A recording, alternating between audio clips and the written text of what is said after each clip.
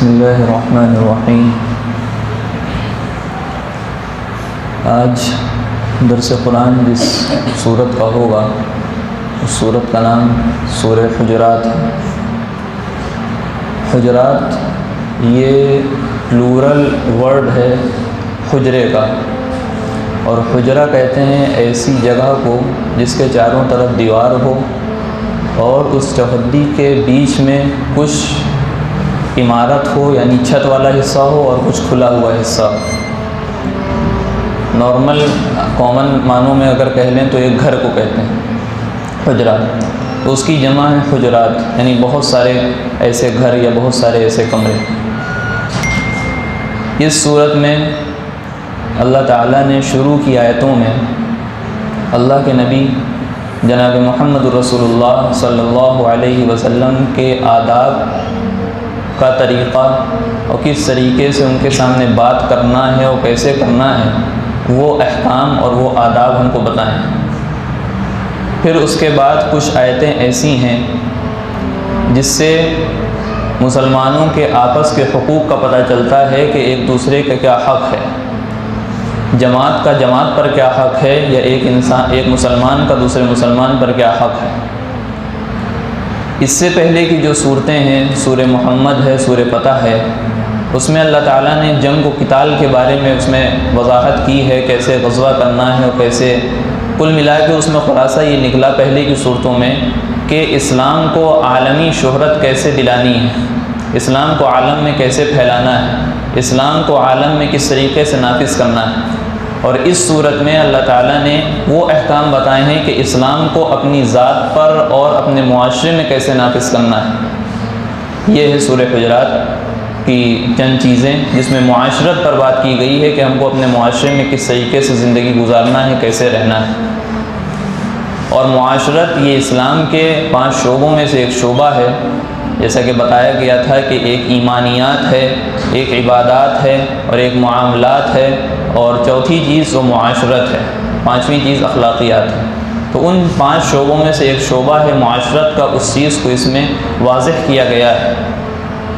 شروع کی جو آیتیں ہیں نبی کے تعلق سے، رسول کے تعلق سے، ظاہر سی بات ہے اب کوئی نبی نہیں، آخری نبی ہمارے نبی تھے، اس کے بعد کوئی نبی آنے والا نہیں، لیکن نبی کے بعد چونکہ علماء نبیوں کے وارث ہیں، اور معارف القرآن میں لکھا ہے کہ علماء جو ہوتے ہیں اپنی قوم میں مثل نبی کے ہوتے ہیں،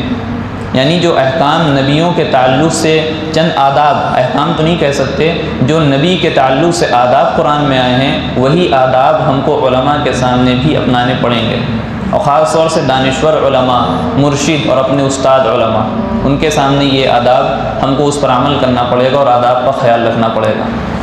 تو یہ سورہ حجرات ہے، اس میں 18 آیتیں ہیں اور 2 رکوع ہیں۔ اعوذ باللہ من الشیطان الرجیم، بسم اللہ الرحمن الرحیم، یا ایہا الذین آمنوا لا تقدموا بین یدی اللہ ورسولہ واتقوا اللہ ان اللہ سمیع علیم، یا ایہا الذین آمنوا لا ترفعوا اصواتکم فوق صوت النبي ولا تجهروا له بالقول كجهر بعضكم لبعض أن تحبط أعمالكم وأنتم لا تشعرون، إن الذين يغضون أصواتهم عند رسول الله أولئك الذين امتحن الله قلوبهم للتقوى لهم مغفرة وأجر عظيم، إن الذين ينادونك من وراء الحجرات أكثرهم لا يعقلون إلى آخر۔ تو اس میں جو پہلی آیت ہے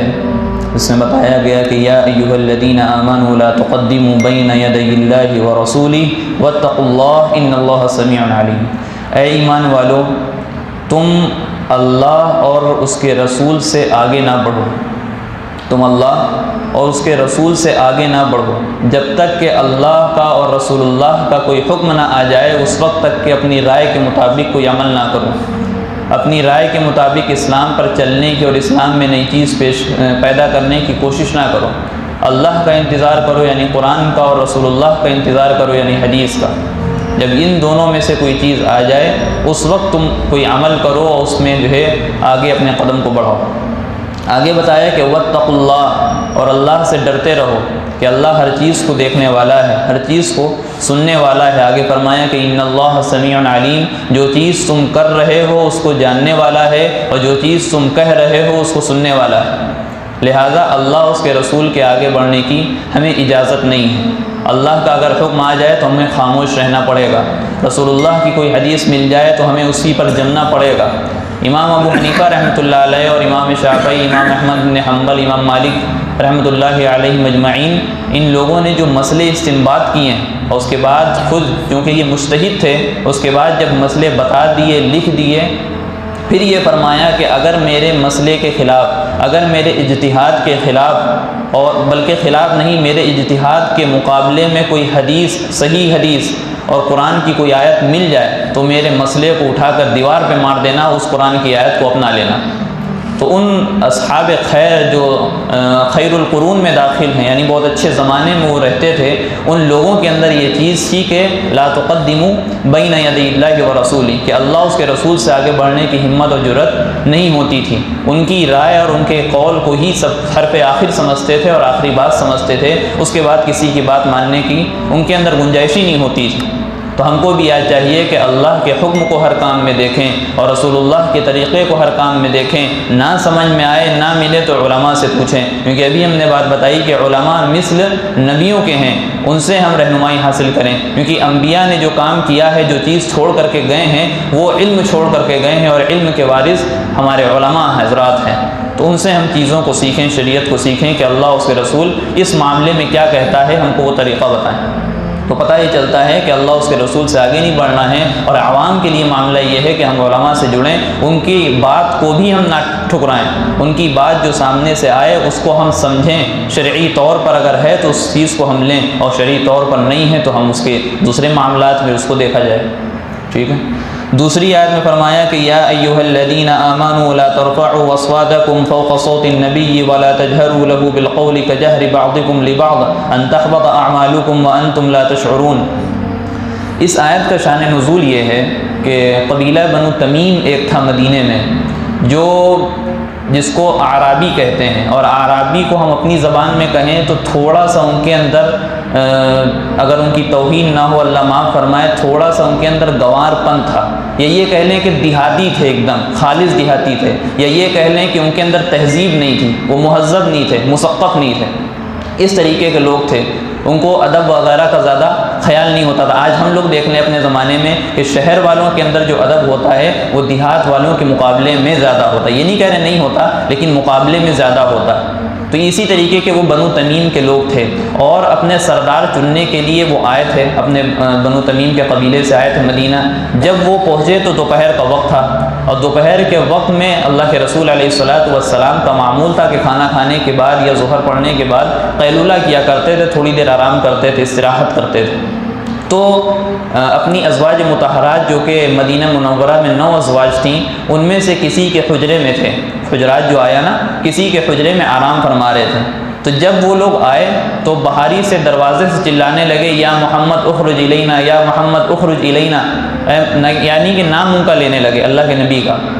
رسول اللہ نے کہا اور وقت کا خیال نہیں رکھا، اور ان کو جو ہے دن کے وقت بلانے لگے، کسی چیز کا خیال نہیں کیا، اور یہ آواز دینے لگے، اے محمد ہمارے لیے نکلیے، اے محمد ہمارے لیے نکلیے، ہمارے مسئلے کو دیکھیے۔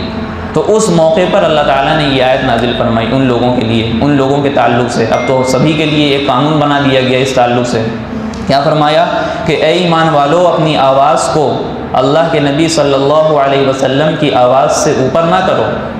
اپنی آواز کو اللہ کے نبی صلی اللہ علیہ وسلم کی آواز سے اوپر نہ کرو، ولا تجہروا له بالقول کجہر بعضکم لبعض، اور اللہ کے نبی جناب محمد رسول اللہ صلی اللہ علیہ وسلم سے جب بات کرو تو ایسے بات نہ کرو جیسے آپس میں باتیں کرتے ہو، جیسے آپس میں باتیں کرتے ہو ایسے باتیں نہ کرو۔ دوسرے معنی اس کے نکالے گئے ہیں کہ جب اللہ کے نبی سامنے موجود ہوں اور تم کسی اور سے بات کر رہے ہو تو ولا تجہروا لا ترفعوا اصواتکم، جب تم کسی اور سے بات کر رہے ہو اور اللہ کے نبی سامنے موجود ہیں تو بلند آواز سے بات نہ کرو کہ اللہ کے نبی کو تکلیف ہوگی، ٹھیک۔ اور دوسری جو چیز ہے ولا تجهروا له بالقول كجهر بعضكم لبعض، جب اللہ کے رسول سے بات کرو تب جو عام بات کرنے کا طریقہ ہوتا ہے، ہم لوگ اپنے آپس میں جس طریقے سے بات کرتے ہیں وہ لہجہ بھی نہیں ہونا چاہیے، وہ آواز میں اٹھاؤ بھی نہیں ہونا چاہیے، وہ آواز میں جو ہے بلندی بھی نہیں ہونا چاہیے جو ہم آپس میں بات کرتے ہیں۔ یہ بھی اللہ کے رسول صلی اللہ علیہ وسلم کے خلاف ہے، اللہ کے رسول صلی اللہ علیہ وسلم سے بات کرنے کے آداب میں سے ہیں۔ آگے بتایا کہ ان تحبط اعمالکم وانتم لا تشعرون، اگر تم ایسا کرتے ہو نادانی میں کرو گے، ظاہر سی بات ہے صحابہ کرام میں کوئی جان بوجھ کر اللہ کے رسول کو تکلیف نہیں پہنچا سکتا تھا، نہ وہ سوچ سکتا تھا، یہ تو نادانی میں بات ہوئی، ان کو پتہ نہیں تھا، وہ مہذب نہیں تھے، تہذیب ان کے یہاں نہیں تھی، وہ تمام آداب سے ناواقف تھے، تو ان کو پتہ نہیں تھا، تو انجانے میں ان کے طرف سے اللہ کے رسول کو یہ تکلیف پہنچ گئی۔ تو وہی بتایا کہ ان تحبط اعمالکم وانتم لا تشعرون، تم کو پتہ بھی نہیں چلے گا، تمہارے جتنے اعمال پیچھے اچھے ہوئے ہیں وہ سب اللہ تعالیٰ بیکار کر دیں گے، وہ سب کو اللہ تعالیٰ ختم کر دیں گے، تم کو پتہ بھی نہیں چل پائے گا۔ اس آیت کا تعلق اس وقت تھا کہ جب اللہ کے نبی صلی اللہ علیہ وسلم بات کر رہے ہوں تو اس وقت اس آیت کا ادب یہ پتہ چلتا ہے کہ سارے لوگوں کو خاموش رہنا ہے، اور اگر بولنا ہے تو ادب کے ساتھ بولنا ہے، ادب کے ساتھ بولنا ہے۔ اس کے بعد علماء نے ایک اور مطلب اس سے نکالا کہ جب اللہ کے نبی صلی اللہ علیہ وسلم اس دنیا سے پردہ فرما گئے، اب چونکہ اللہ کے نبی کی تو بات نہیں ہو سکتی، یعنی اللہ کے نبی خود تو نہیں بول سکتے، لیکن اللہ کے نبی کا کلام پڑھا جا سکتا ہے، اللہ کے نبی کی باتیں پڑھی جا سکتی ہیں، جس کو ہم حدیث کہتے ہیں۔ اگر حدیث کی مجلس ہو اس میں بھی ہم زور سے نہیں بول سکتے، یہ بھی خلاف ادب ہے، یہ ادب کے خلاف ہے۔ اگر حدیث کی مجلس ہو، حدیث پڑھانے والا موجود ہو اور حدیث کا درس چل رہا ہو، حدیث پڑھی جا رہی ہو، اس وقت ہم اپنی آواز کو بلند نہیں کر سکتے۔ یہ ویسا ہی ہے جیسے اللہ کے رسول صلی اللہ علیہ وسلم کے زمانے میں ان کے سامنے تیز آواز سے بولنا، تیز آواز سے اپنی بات کو کہنا خلاف ادب تھا، اور آخر میں اس کا نتیجہ یہ بتایا تھا کہ ان تحبط اعمالکم وانتم لا تشعرون، کہ اس کی وجہ سے تمہارے عمل کو اکارت کر دیا جائے گا، ختم کر دیا جائے گا، نامہ اعمال سے مٹا دیا جائے گا، اور تمہیں پتہ بھی نہیں چلے گا۔ اب اس میں ایک تھوڑی سی تفصیل یہ بتائی گئی کہ ان تحبط اعمالکم وانتم لا تشعرون میں کہ آدمی جب تھوڑی سی تکلیف اس طریقے سے اللہ کے نبی کو پہنچائے گا، اپنی آواز کو زیادہ کر کے اللہ کے نبی کے سامنے، تو وہ دھیرے دھیرے ایک وقت ایسا آئے گا کہ وہ کفر کے دہانے تک پہنچ جائے گا، اور اس کو پتہ بھی نہیں چلے گا یہ کفر تک وہ کیسے پہنچا، کیونکہ یہ جو اس نے تکلیف پہنچائی اپنی آواز کو بلند کر کے، اس کو تو معلوم بھی نہیں کہ میری آواز کی وجہ سے اللہ کے نبی کو تکلیف ہوئی ہے، کیونکہ کچھ اس میں ایسے ہوتے تھے جو اپنی آواز بلند کر کے اللہ کے نبی کو تکلیف پہنچانا چاہتے تھے، اور کچھ ایسے ہوتے تھے جو جن کی آواز ہی باقاعدہ تیز تھی، جیسے ثابت بن قیس رضی اللہ عنہ کے بارے میں آتا ہے، ان کی آواز ہی تیز تھی تو وہ تکلیف پہنچانا نہیں چاہتے تھے، تو انجانے میں تکلیف ہو جاتی ہے، تو ایک مطلق ایک حکم اللہ تعالیٰ نے نافذ کر دیا کہ کسی کو بھی اب تیز آواز میں بات کرنے کی اللہ کے رسول کے سامنے اجازت نہیں ہے، بلکہ جو بات کرتا ہے پھر اس کا نتیجہ یہ ہوگا کہ وہ دھیرے دھیرے کر کے اس کا کفر تک پہنچے گا، اور جب کوئی کفر تک پہنچتا ہے ہم سب جانتے ہیں کہ اسلام کے بعد اگر کسی نے کفر اختیار کر لیا نعوذ باللہ، تو اس کے جتنے اچھے عمل ہوں گے سب کیا ہوں گے، خراب ہو جائیں گے، اور اگر کفر کے بعد کوئی اسلام کو اختیار کرتا ہے، اسلام اپناتا ہے، تو اس کے جتنے برے عمل ہوں گے وہ سب ختم ہو جائیں گے۔ الاسلام یہدم من قبلہ، جو ایک حدیث کی الفاظ ملتے ہیں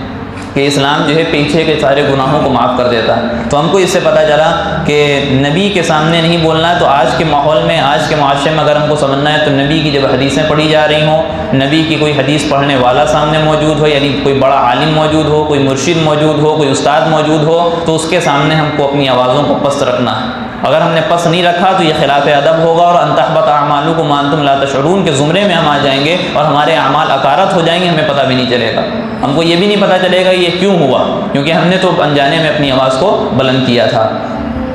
تیسری آیت میں کہہ رہے ہیں کہ ان الذين يغضون اصواتهم عند رسول الله اولئك الذين امتحن الله قلوبهم للتقوى، کہ جب یہ آیت نازل ہوئی کہ لا تجهروا له بالقول لا ترفعوا اصواتكم فوق صوت النبی، کہ اپنی آواز کو بلند نہ کرو، تو اس میں جو مخلص صحابہ تھے، خاص طور سے حضرت ابو بکر صدیق، حضرت عمر، حضرت ثابت بن قیس رضی اللہ عنہ، اس طریقے کے بزرگ صحابہ جو تھے، وہ کہنے لگے کہ اب کیا ہوگا ہمارا۔ انہوں نے اس معاملے میں جیسے ہی آیت اتری فوراً اس پر عمل انہوں نے شروع کر دیا۔ یہی صحابہ کی ایک کوالٹی بہت اچھی ہے، بہت ساری کوالٹیز ہیں، ایک یہ کوالٹی ہے کہ جیسے ہی کوئی حکم آتا تھا اسی وقت اس پر عمل کرنے کی کوشش میں لگ جاتے تھے کس طریقے سے ہم اس پر عمل کریں. تو حضرت ابو بکر صدیق رضی اللہ عنہ کہنے لگے کہ ہم مرتے دم تک کے آپ سے جو ہے ایسے بات کریں گے جیسے کوئی سرگوشی کرتا ہے. سرگوشی کا مطلب یہ کہ جیسے ہم کسی کے کان میں کچھ بنبنا دیں, کسی کے کان میں دھیرے سے بات کر لیں.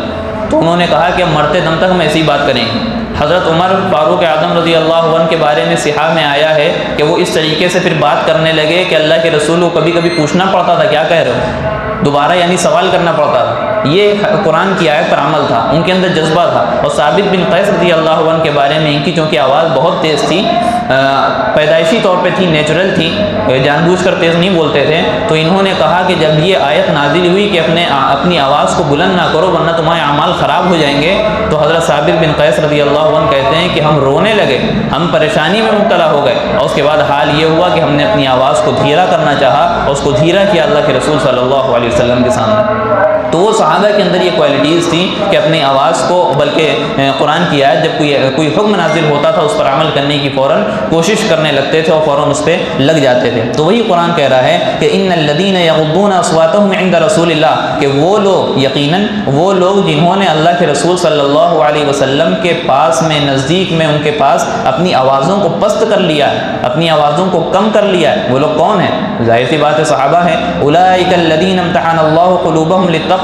یہ وہ لوگ ہیں جن کے دلوں کو اللہ تعالیٰ نے تقوی کے لیے خالص کر دیا, یعنی ان کے دلوں کو آزما لیا. اب ان کا امتحان ہو چکا, اب امتحان جب ہو گیا تو رزلٹ نکلتا ہے. ہم امتحان دیتے ہیں تو رزلٹ آتا ہے 5 دن 6 دن یا 1 مہینے 2 مہینے کے بعد, تو اللہ تعالیٰ نے فوراً رزلٹ آ کے سنا دیا